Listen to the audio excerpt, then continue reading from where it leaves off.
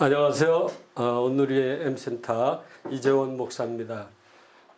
그간 하나님의 구원 이야기 특별 계시의 역사에 대한 시리즈 강의 가운데 제2부 선지자들의 계시에 대해서 말씀을 드리는 전체 5강 중에 오늘은 제3강이 되겠습니다.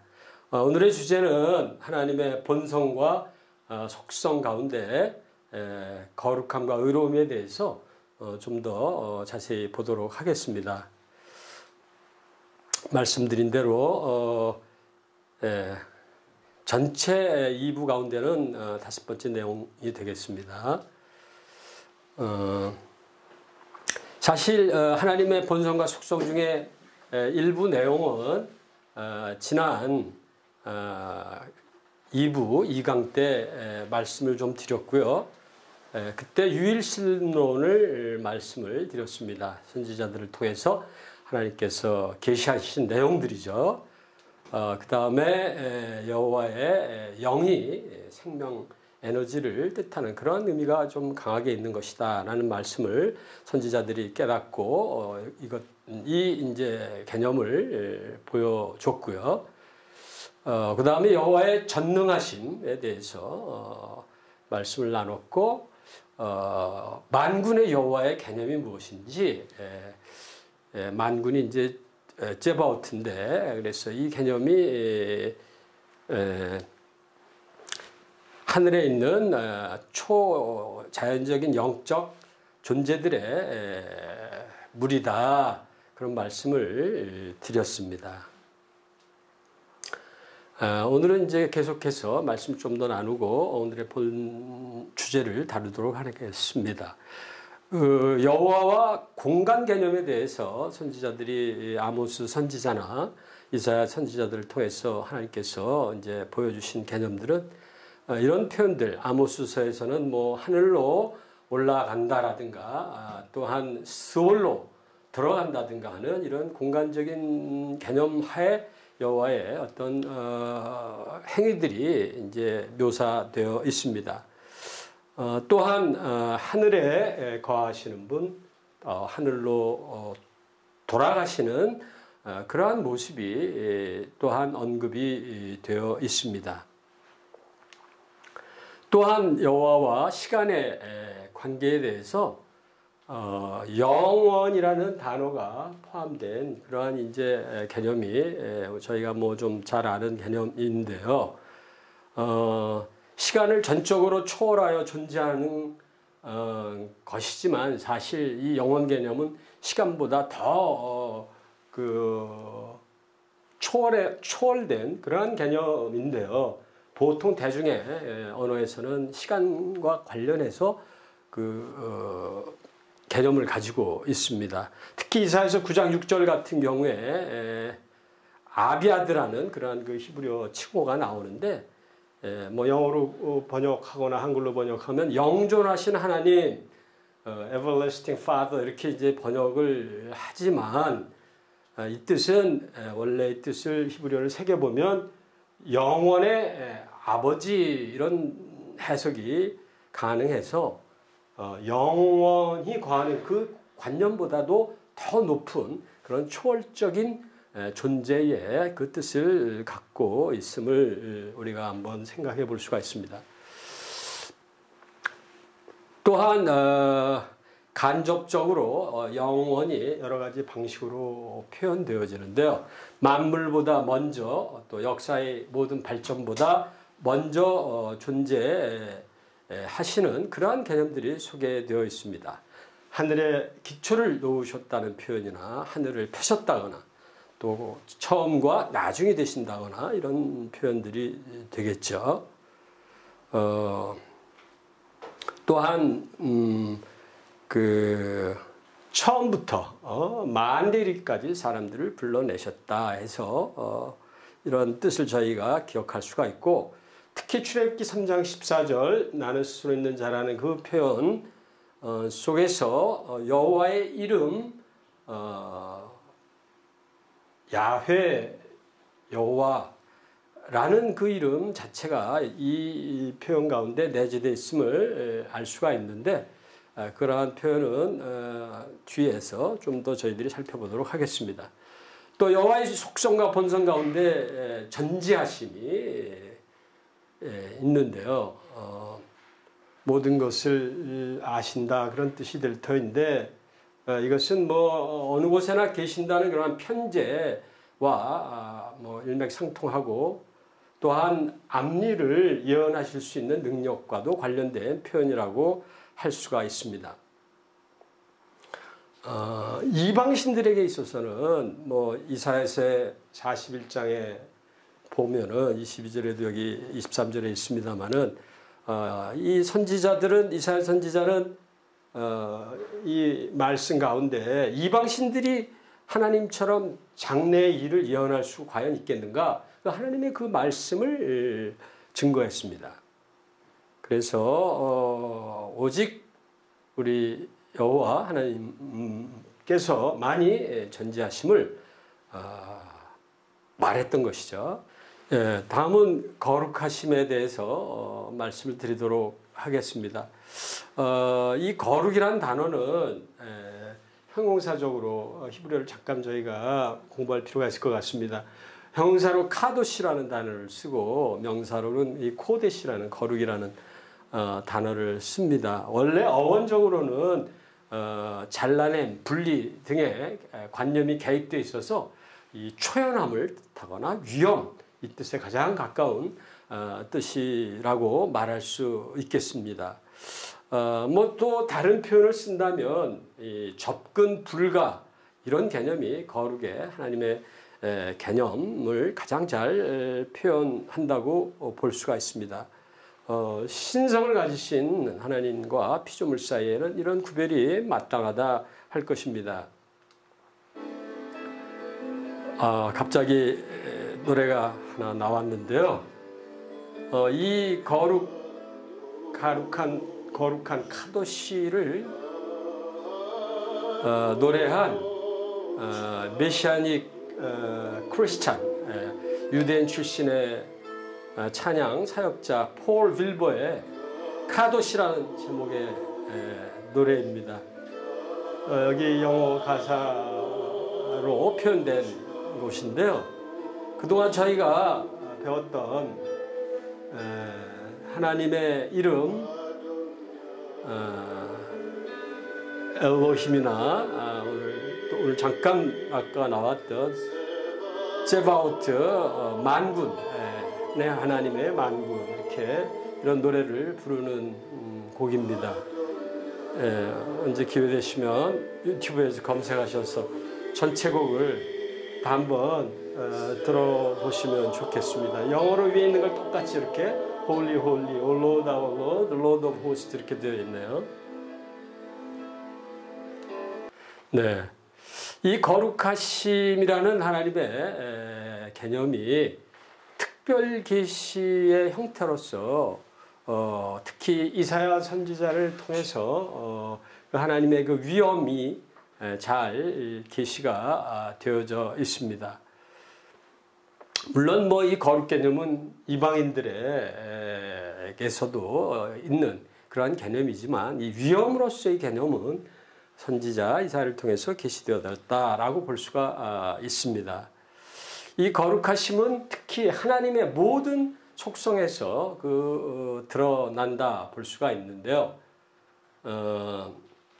하나님께서 계시하시는 모든 것에서 거룩하시다. 그래서 보통 우리가 거룩을 신약에 들어오면 윤리적 영역에 좀 한정돼서 그렇게 생각하는 경향이 많이 있지만 하나님의 선하심이나 의로우심, 은혜로우심 그리고 뭐 의로우심과 진노 이런 곳에서도 하나님의 그 위엄의 개념이 있는 그 거룩하심이 내포되어 있다고 볼 수가 있습니다. 여기 뭐 아래 말씀들이 관련된 말씀들을 제가 인용을 했습니다.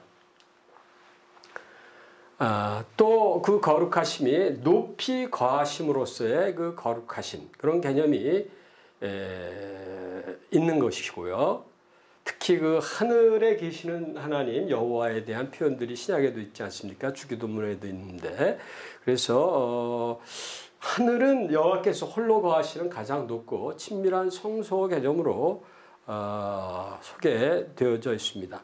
그러나 하나님께서 자신을 낮추시고 겸손한 자들에게 나타나실 때, 현현하실 때는 충격적인 그러한 대조가 되는 것이죠. 또한 그 거룩하심이 전능하심에 있어서도 동일한 거룩하심의 그 위험 개념이 있는데요.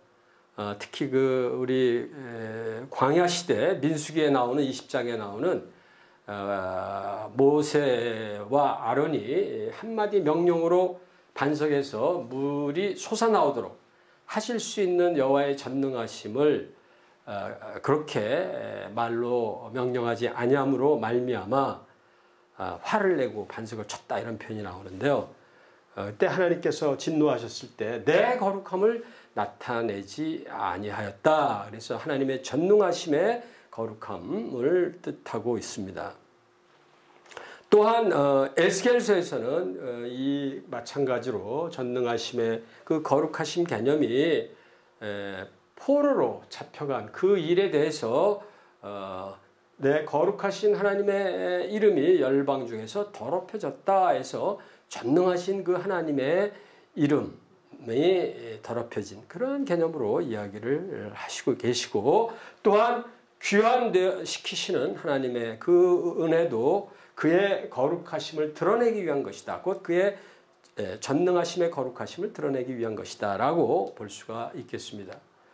말씀드린 대로 신약에서는 윤리적인 면에 좀 그 개념이 여러 개념이 있지만 좀 협소하게 윤리적인 면에 치우치는 그런 개념으로 저희들이 신앙생활에서도 흔히 그런 개념으로 많이들 접하고 있지만 성경적인 구약의 그런 개념은 매우 여러 방면에서 포괄적으로 하나님의 위험 개념이 드러나 있다라고 말씀드릴 수가 있겠습니다. 예. 이러한 죄로 말미암아 내가 이사야 선지자도 이사야서 6장에 보면은 하나님의 부르심을 받았을 때 야 이제 나는 재앙을 만나게 됐다, 이렇게 내가 죽게 됐다, 이런 표현으로 썼는데요. 하나님의 위험을 있는 부르심을 받을 때 그때 그는 나는 입술이 더러운 사람이다 이런 표현을 쓰면서 윤리적인 개념 하에서 하나님의 그 거룩하심을 수용하는 그런 모습도 있는 것이죠. 그래서 우리가 사실 전반적으로 죄에 대한 그러한 어떤 자의식, 이러한 의식은 하나님의 위험에 대한 깊은 인식에 기반한다라고 볼 수가 있고, 거룩하심이 죄를 형벌하는 원리가 되겠습니다. 또 하나님의 그 거룩하심이 이 은혜로서의 거룩하심도 성경에 그 개념이 소개되어 있는데요. 시편 103편에 보면은 그의 거룩한 이름을 송축하라, 그의 모든 은택을 잊지 말지어다 해서 하나님의 거룩하신 그러한 개념하에서 그 은택을 노래하는 이러한 생각들을 저희들이 살펴볼 수가 있습니다. 그리고 그 외에도 하나님과 관련된 여러 가지 것들, 특히 성전이 거룩하고 하늘도 거룩하고 안식일도 거룩하고 여호와의 지으신 산도 거룩하다, 이런 개념들이 성경에 아주 포괄적으로 나와 있음을 저희들이 잘 알고 있습니다. 만일 여호와께서 도저히 가까이 접근할 수 없을 정도로 위험이 높으신 분이시라면 그분의 주위에 경계선을 그음으로써 속된 것의 접근을 금하는 이런 개념이 사실 중요하고 필요할 터인데요. 물론 이방 종교의 거룩함도 비슷한 개념이 있지만 그네들은 물질적이고 좀 자연적으로 생각해서 그 신의 거처에 사람과 물건 있는 사람들이나 물건으로부터 전해지는 어떤 뭐 좀 모호한 그런 영향력 개념으로 생각했습니다. 마치 뭐 성소 주변에 전기가 흐르는 것 같이 감전되는 그런 개념이지만 그런 비슷한 개념이 있는 것 같지만 우리 하나님의 이 것과 관련된 것의 거룩하심, 아까 말씀드렸던 뭐 안식일도 거룩하다거나, 죄송합니다. 성전이 거룩하다거나 여호와의 산도 거룩하다거나 해서 꼭 뭐 특정 성소 주변 이런 개념이 아니라 하나님께서 자유롭게 이렇게 지정하신 그런 것들의 거룩의 개념이 있다라는 것이 큰 차이점이라고 볼 수가 있겠습니다. 다음은 의로우심 개념에 대해서 함께 살펴보도록 하겠습니다. 신약에도 이 의로움에 관한 믿음과 관련된 많은 중요한 말씀들이 있고 특히 사도 바울은 특별히 그 부분에 대해서 많은 말씀을 남기셨는데요. 우선 어휘적으로 의로우심은 츠다카라는 그 righteousness라고 번역된 이런 표현이 있고요. 또 같은 명사지만 옳고 그르다 할 때 옳음에 체데크, rightness의 단어가 있고 의로운에 짜디크가 있고 또 동사 의로우시다, 츠다크 이런 어휘들이 존재합니다. 상당히 섬세하게 구약에서 이 어휘들을 사용하고 있는데요. 이 여호와께서 의로우시다라고 말을 구약에서 할 때에는 언제나 그 재판관의 편에서 철저한 정의에 따라 시행하는 그러한 그 개념들을 가지고 있습니다.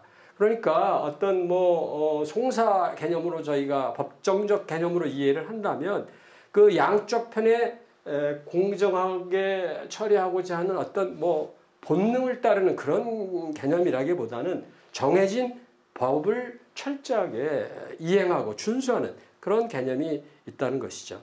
그래서 선지자들은 하나님 자신 속에 그런 법정적 개념의 그 의로우심이 있다고 생각을 했던 것입니다. 이런 법정적 의로우심은 크게 보시는 바와 같이 5가지 방향성을 에서 저희가 생각을 해볼 수가 있겠는데요. 심리의 의로우심, 응직의 의로우심, 신원의 의로우심, 구원의 의로우심, 그리고 자비의 의로우심 이 5가지에 대해서 살펴보도록 하겠습니다. 심리의 의로우심은 저희가 현대에서도 시대에도 이 심리란 단어를 많이 쓰는데요. 자세히 좀 들여다보는 동사 examine이라는 이런 동사가 적절할지 모르겠습니다. 그래서 여호와께서 모든 도덕적 행위를 살피시고 계속해서 윤영하시는 그런 개념이 하나님의 의로우신 가운데 있다는 것입니다. 그러니까 여호와의 이 살펴보심에 그 어떠한 것도 피해 달아날 수는 없겠습니다. 또한 그 어떠한 것도 방관자로 계시지 않겠다라는 또 그에 합당한 조치를 내리실 것을 염두에 둔 그런 심리의 의로우심이 있는 것이죠.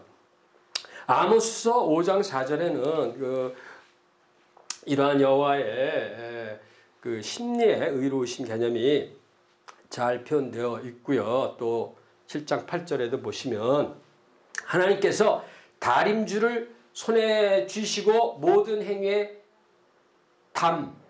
곁에 서 계신다 이런 표현이 나오는데요. 이 다림줄이라는 것이 제가 그림을 하나 가지고 나왔습니다. 잘 아시겠지만 이 단미 지면에 대해서 수직으로 잘 축조가 됐는지 그런 걸 알아보려면 이런 중력을 이용해서 이 이게 나부로 흔히 만들 수도 있겠습니다만은 이런 추를 매달아 가지고 이 간격들이 위와 아래가 동일한지 필요하면 자를 넣어서 간격을 측정해 볼 수도 있겠죠. 그래서 이런 그 다림줄이 반드시 측정 도구가 필요하겠습니다. 그래서 이 아모스 7장에 보면 하나님께서 다림줄을 잡고 백성들 가운데 계시다. 내가 다림줄을 내 백성 이스라엘 가운데 두고 하나님이 보시는 거죠. 심리하시는 겁니다.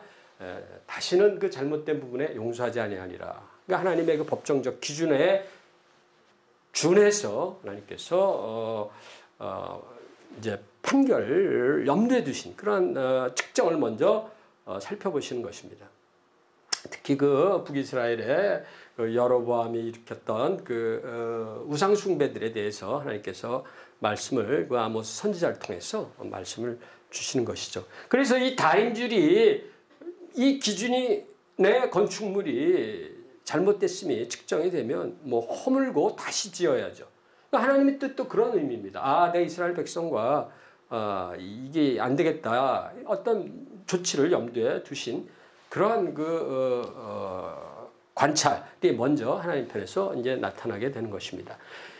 그런 면에서 의로웠고, 다음은 응징 부분에서 의로우심이 언급이 되는데, 그것은 뭐 죄에 대한 봉에 대한 의로우심이다라고 볼 수가 있습니다.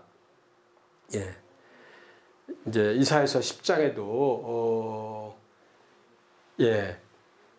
이스라엘이 백성이 아무리 수가 뭐 많이 될 걸 하나님 축복하고 또 그렇게 많아졌을지라도 남은 자만, 이 남은 자 사상이 이제 중요한 신약 시대 구약에 나타나지 않습니까? 선지자들을 통해서 남은 자만, 하나님의 그 의에 부합된 자들만 돌아오리니 넘치는 공의로 파멸이 작정되었다. 그래서 앞에 저희가 의 개념에 이제 체다카가 righteousness의 그 구약에서 한글 개혁 개정은 공의로 이제 표현이 번역이 되어 있습니다. 그리고 아모스 선지자도 이사야 선지자와 비슷하게 이 점을 계속 강조를 했습니다. 아모스 5장 24절 유명한 말씀인데, 오직 정의를 물같이 공의 제다카를 마르지 않는 강같이 하수와 같이 흐르게 하겠다라는 그러한 표현이 나와 있습니다. 여기서 이 표현은 하나님께서 이스라엘에게 공명정대한 것을 요구하시는 그런 표현이 아니고요. 전체 맥락을 보면 이스라엘이 너무 타락하고 부패해서 그네들이 갑자기 이런 행동을 취할 수는 없다. 그래서 이제 내가 죄인들을 쓸어갈 것이다. 하나님의 어떤 응징의 그 개념 전체 맥락하에서 하나님께서 이런 말씀을 아모스 5장 24절 말씀을 주셨습니다. 다음은 신원의 의로우심인데요.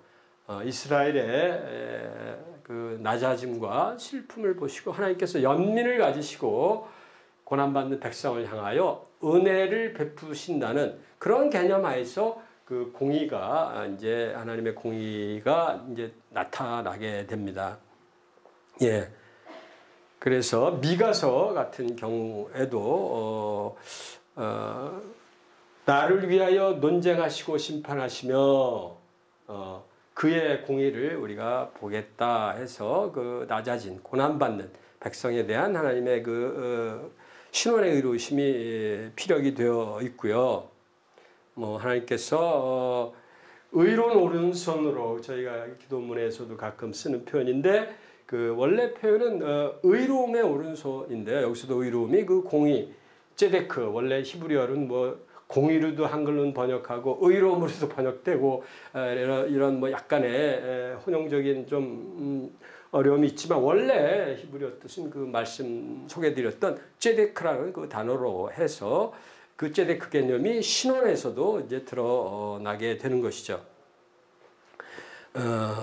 나를 의롭다 하시는, 여기서는 이제 동사 쯔다크 그 표현이 이사야서 50장에도 나와 있습니다. 그런 분이 가까이 계시니 신원해 주실 수 있는 분이 가까이 계시다는 것이죠. 나와 다툴 자가 도대체 누구냐.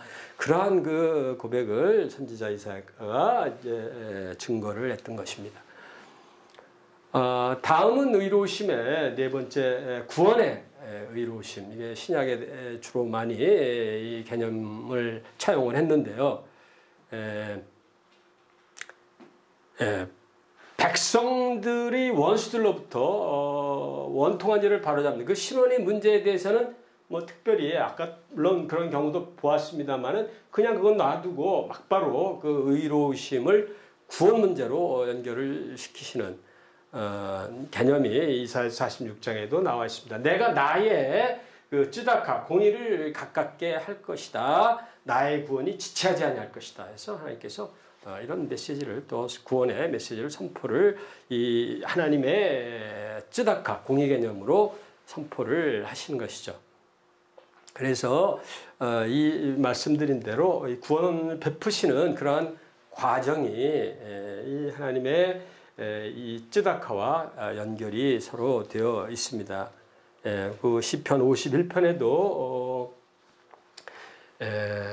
하나님이여 피 흘린 주에서 나를 건지소서 내 혀가 주의 쯔다카를 높이 노래하리다 이런 말씀이 있고요.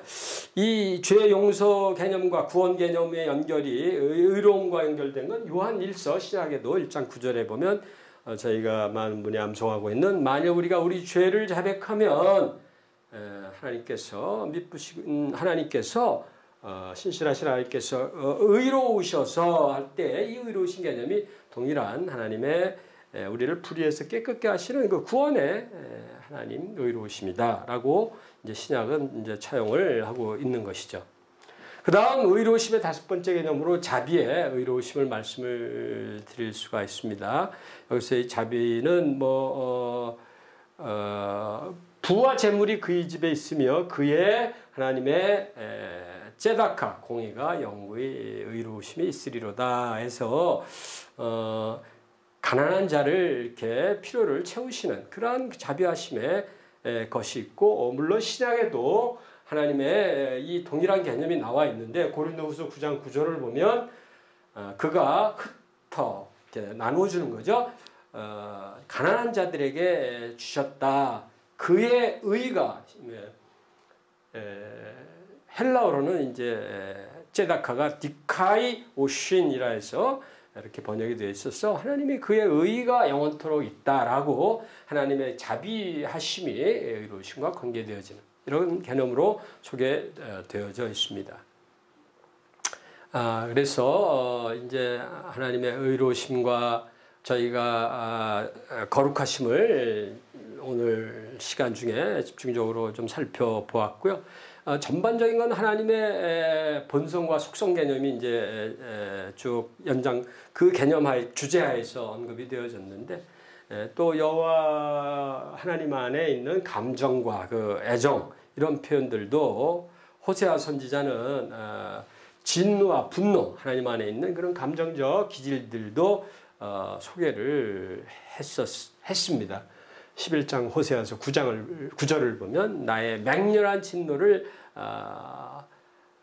나타내지 아니하며 내가 다시는 에브라임을 멸하지 아니하리니 하나님 안에 그런 것이 있지만 이제 거기에 대해서 하나님의 그 속성이 이제 내가 진노함으로 내게 임하지 않겠다. 하나님의 어떤 인내하심이 여기에 이제 소개가 되어 있고요. 또 친근하고 자애로우신 면도 하나님 안에 있습니다. 사실은 이게 도라고 되어 있지만 하나님의 중요한 속성 뭐 굳이 세 가지를 뽑는다면은 인자하심 여기 나와 있듯이 히브리어의 헤세드라는 게 중요한 게 있고요. 그 다음에 하나님의 정의 justice에 해당되어지는 미시파트라는 그 히브리어가 있고 오늘 이제 함께 저희가 살펴보았던 하나님의 쯔다카 공의 그래서 정의와 공의하면 미시파트와 쯔다카 이렇게 되고 이 헤세드가 사실은 뭐 제일 앞서 나올 수 있는 하나님의 귀한 본성이요 속성이다 이렇게 말씀드릴 수가 있습니다.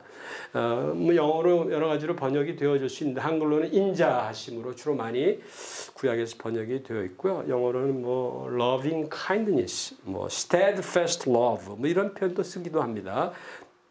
그래서 이것은 결속 관계로 하나님과 백성 사이 결속 관계로 함께 묶여져 있는 그 따뜻한 그런 애정 어린 그러한 느낌을 나타낸다. 뭐 이렇게도 번역을 할 수가 있겠습니다. 오늘 강의는 여기서 마치도록 하겠습니다. 수고하셨습니다. 꿈꾸어왔던 미래가 그 한없는 사랑